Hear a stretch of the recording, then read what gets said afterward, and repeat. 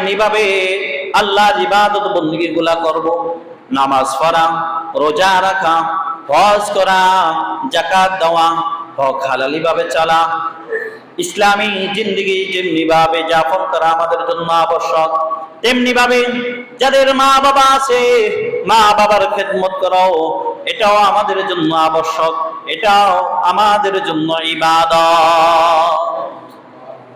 মায়ের খেদমত, বাবার খেদমত কিভাবে করা যায়?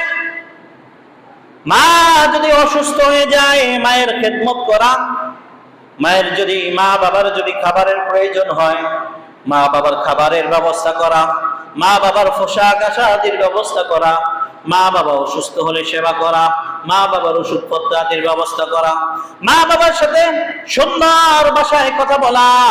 মা বাবা যত কথাই বলো কিন্তু মা বাবার সাথে কখনো জোরে এবং উচ্চ বাক্যে ধমকের সুরে কখনো কথা বলা যাবে না।